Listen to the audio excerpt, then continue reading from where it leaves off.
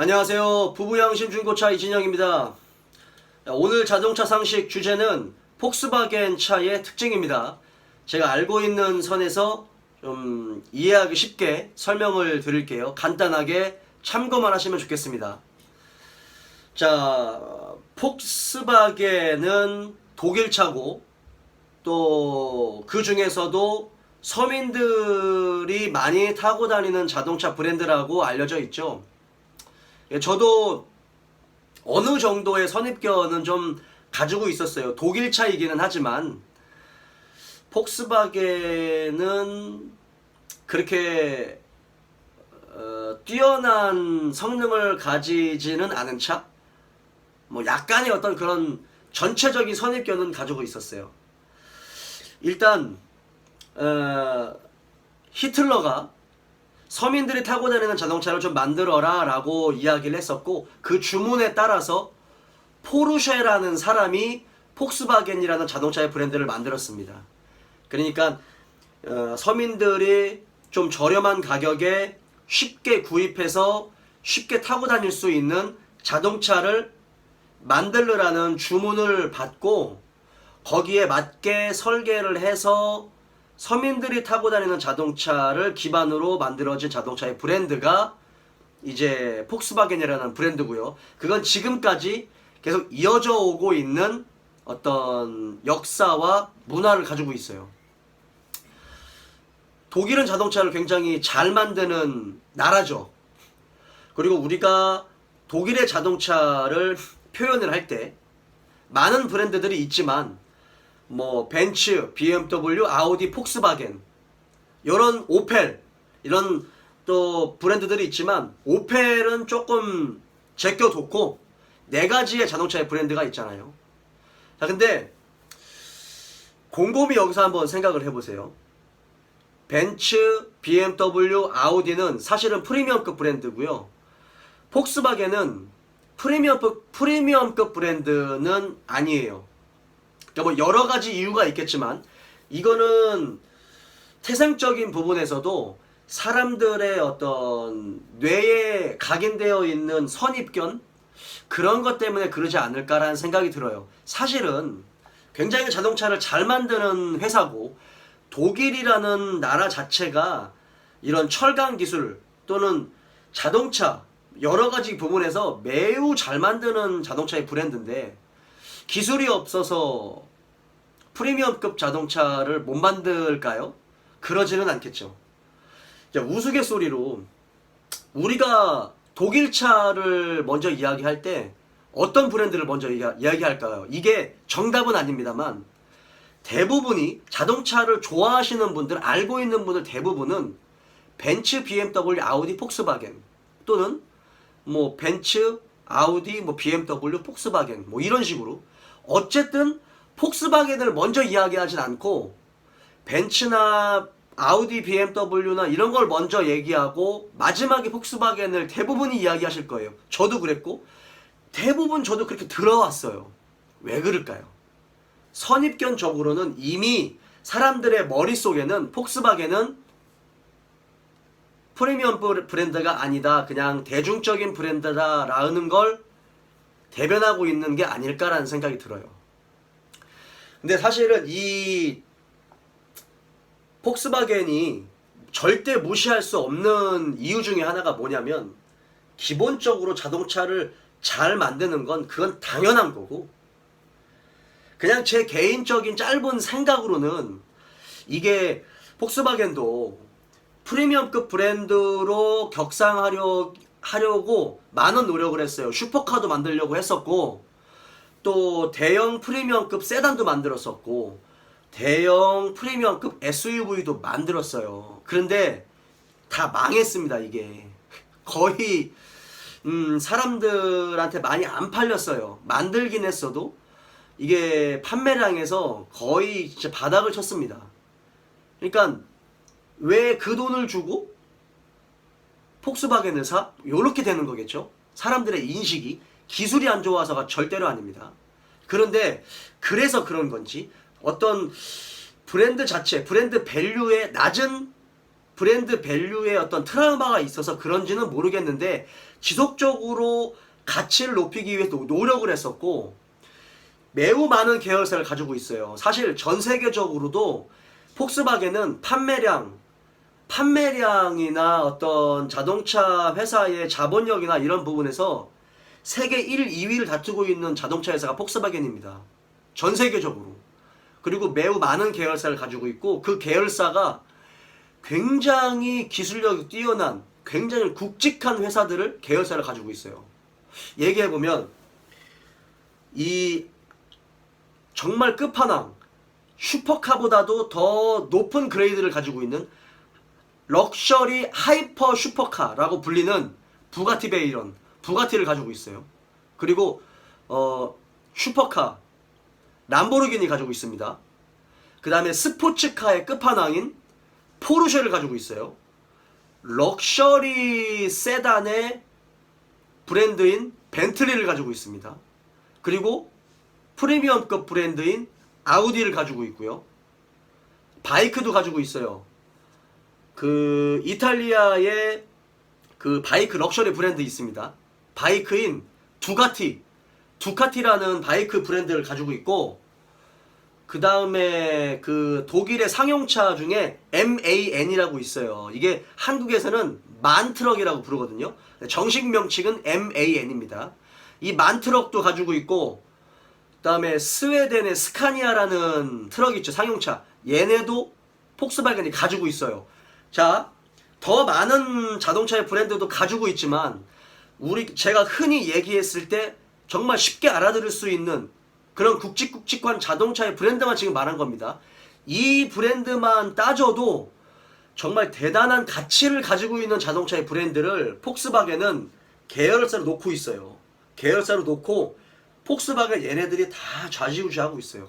정말 대단한 자본력과 그에 따른 기술력과 그다음에 마케팅의 어떤 기술력이라든지 뭐 이런 부분을 가지고 있는 게 폭스바겐이 아닐까라는 생각을 해요. 그리고 이제 미션 얘기를 안 할 수가 없는데 DCT 미션 있죠. 더블 클러치 미션. 그거를 폭스바겐 산하에서는 DSG 미션이라고 부르거든요. 근데 이게 가장 먼저 기술 개발을 하고 가장 빨리 양산차에 적용을 한 게 폭스바겐 차입니다.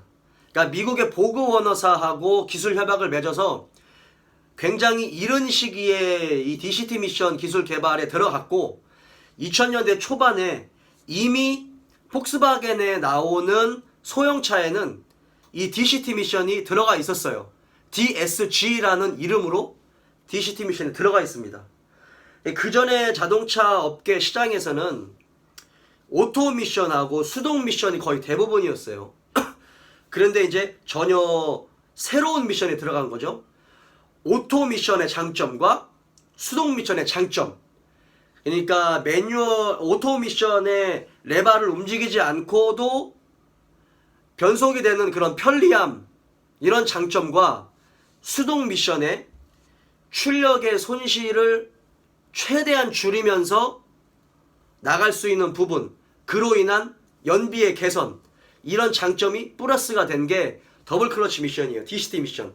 그거를 가장 먼저 적용을 했습니다. 그러니까 지금은 그 부분에 있어서 좀 많은 노하우를 가지고 있는 거는 사실이고요. 예전에는 이 DCT 미션이 초창기에는 고출력을 대응을 할 수가 없었어요. 그래서 소형차에만 적용이 됐었습니다. 근데 지금은 정말 기술 개발이 많이 발전해가지고 폭스바겐 산하에 있는 포르쉐 있죠. 포르쉐에도 PDK라는 이름으로 7단 DCT 미션이 들어가요.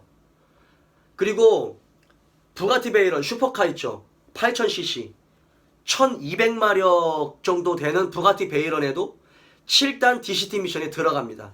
그게 건식이 적용이 됐든 습식이 적용이 됐든 그거는 문제될 게 아니고 더블 클러치 미션이 적용이 되는 겁니다. 이제는 연비와 출력을 어느 정도 동시에 잡을 수 있는 정말 많이 개선된 미션이 이제 들어가는 거죠. 그거를 가장 먼저 개발을 했고 양산차에 가장 먼저 적용을 한 게 폭스바겐이라는 그런 그룹의 차입니다. 이건 굉장히 큰 장점을 가지고 있는 거고, 그러니까 우리가 그냥 쉽게 생각해서 그냥 뭐라 그럴까 저급 브랜드 이렇게 생각해서는 절대로 안 된다는 얘기죠. 기술력이 없거나 자본력이 없어서 차를 그렇게 서민들이나 대중들이 타고 다니는 차를 만드는 브랜드가 아니란 얘기예요.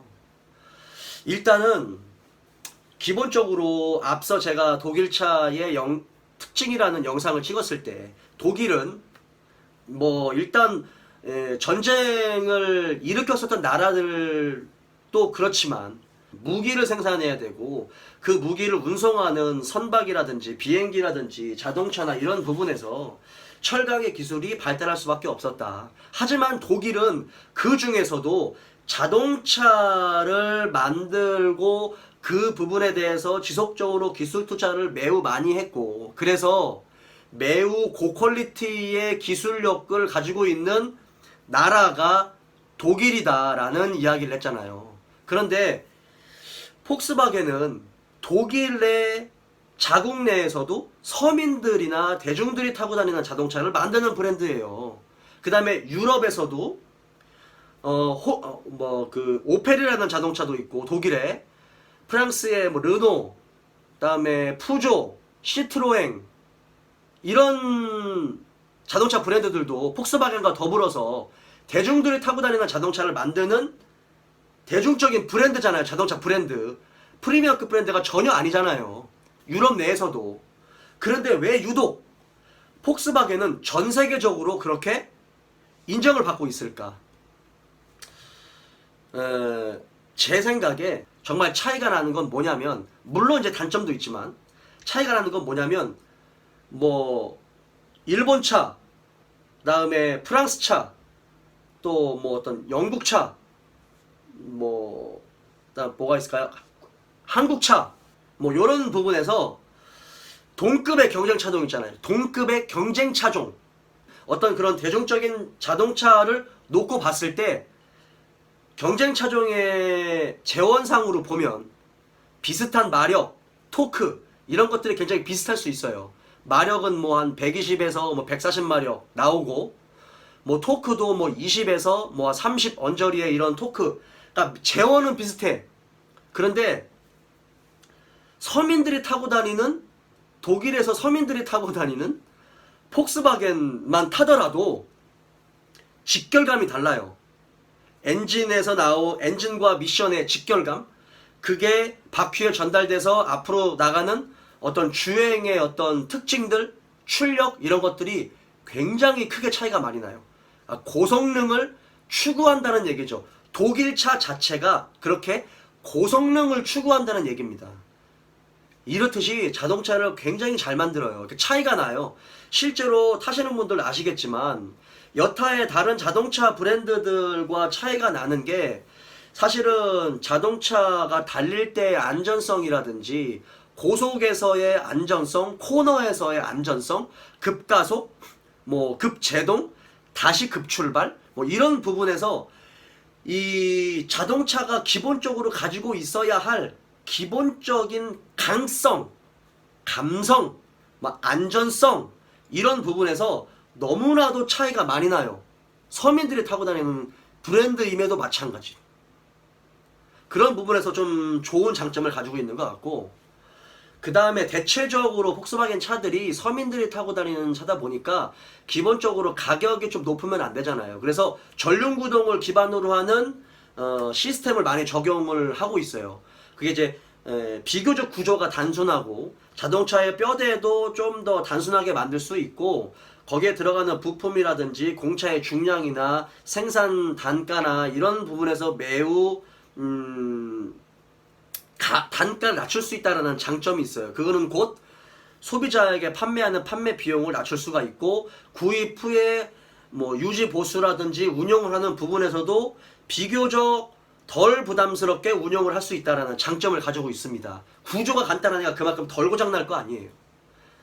그러니까 기본적으로 뭐 벤츠나 BMW, 아우디는 프리미엄급 브랜드라고 하지만 절대 폭스바겐은 그들과 어깨를 나란히 할 정도의 브랜드의 밸류를 가지고 있지는 않아요. 절대로.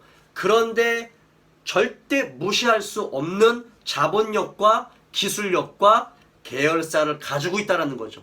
정말 거대한 공룡, 자동차계 정말 거대한 공룡 중에 하나가 이 폭스바겐입니다. 그래서 국산차로 예를 들면 좀 안 되겠지만, 뭐 솔직히 어떤 폭스바겐을 예를 들면 가장 먼저 떠오르는 게 뭐 골프, 제타, 뭐 파사트, CC, 그 다음에 티구안, 이런 정말 대중적인 자동차를 많이 만들잖아요. 다들 전륜구동을 기반으로 하고 있고, 비교적 독일차 대비해서 구조가 간단하고, 그로 인해서 뭐 어떤 부품의 비용이라든지 이런 부분이 조금은 덜 부담스러운 조건을 가지고 있는 건 사실이잖아요. 독일차에 비해서. 그런 거죠. 근데 그들과 비교했을 때 아주 기술적인 부분에서 아주 큰 차이가 나지는 않아요. 그러니까 독일의 프리미엄급 브랜드 중에서도 어떤 세그먼트가 나눠질 거 아니에요. 서민들이 탈 수 있는 또 모델들이 따로 있을 거 아닙니까? 그죠? 그게 폭스바겐의 차들과 비교를 하면 아주 크게 차이가 나지는 않아요.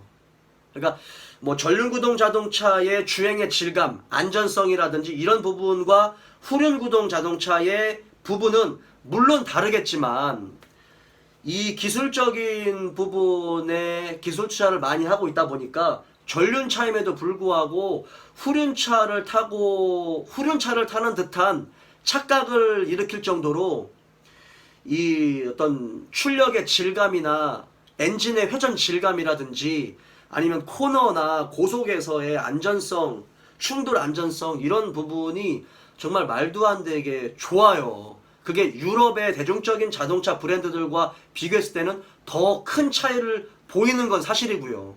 이게 독일차의 특징이 아닐까. 그 중에서도 독일이 워낙 자동차를 잘 만드니까, 그 중에서도 대중들이 타고 다니는 폭스바겐이 이 정도로 자동차를 잘 만드는 게 아닐까라는 생각이 좀 들어요.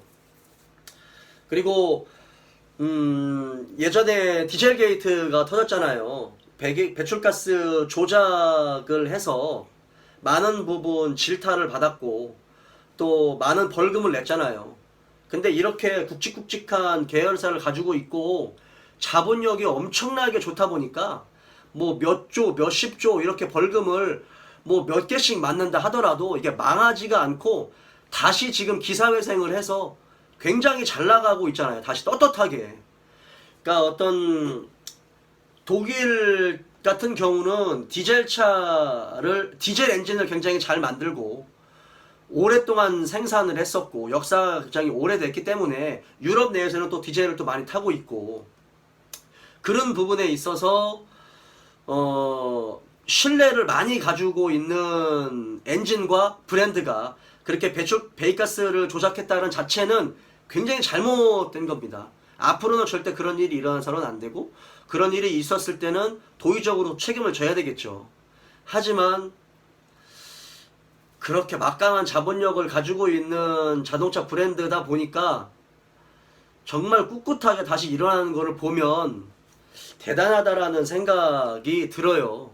전 세계 자동차 시장을 좌지우지하고 뭐 쥐었다 폈다 할 정도의 큰 영향력을 가지고 있는 브랜드가 폭스바겐 브랜드입니다. 그러니까 뭐 이게 쉽게 말해서 누구나 탈 수 있는 독일차, 기술력이 그렇게 뛰어나지 않은, 옵션이 그렇게 많지 않은 그런 차로 인식이 되었는데, 예전에는 사실은 디자인도 굉장히 단순했었고요. 안에 타보면 옵션도 거의 없었어요. 버튼들도 굉장히 단순하게 돼 있고, 옵션이 없으니까 당연히 모든 게 단순하게 돼 있었겠죠. 근데 지금은 자동차의 디자인이 매우 좋게 잘 빠지고 있어요. 폭스바겐이 프리미엄급 브랜드일까? 그냥 자체적으로 모르는 사람이면 야, 디자인 정말 잘 뽑는다라고 할 정도로 디자인에 신경을 매우 많이 쓰고 있고, 그런 부분에서 옵션이라든지 기술적인 시스템 그런 부분이 지금 매우 많이 적용이 되고 있는 실정입니다. 하지만 사람들이 가지고 있는 전 세계적인 선입견, 자동차 업계의 선입견은 바뀌지는 않을 것 같아요. 그러니까 지금처럼 이렇게 서민의 이미지, 대중적인 이미지로 갈 거는 같은데 돈이 없거나 기술력이 없어서 계속 그렇게만 만드는 거는 아니라는 얘기죠. 하지만 기술적인 부분은 그거는 무시할 수 없고 무시해서는 안 되는 정말 대단한 회사임은 확실한 것 같아요. 제가 알고 있는 폭스바겐 차의 특징은 여기까지가 아닐까라고 생각을 하고요. 다음번에는 또 다른 주제를 가지고 또 재미있는 영상을 찍어볼게요. 오늘 여기까지 하겠습니다.